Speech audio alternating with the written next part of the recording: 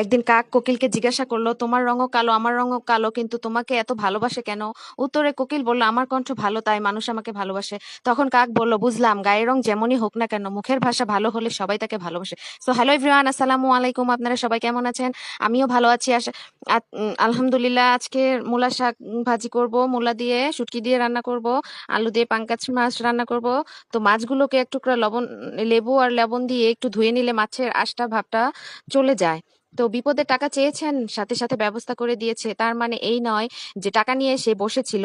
তো কোথাও বেড়াতে যাচ্ছেন, বাসে আপনার পরিচিত কারোর সাথে দেখা হয়ে গেছে, তার মানি ব্যাগ থেকে তার ভাড়াটা আপনাকে দিয়ে দিয়েছে, তার মানে এই নয় তার কাছে মানি ব্যাগ ভর্তি টাকা ছিল।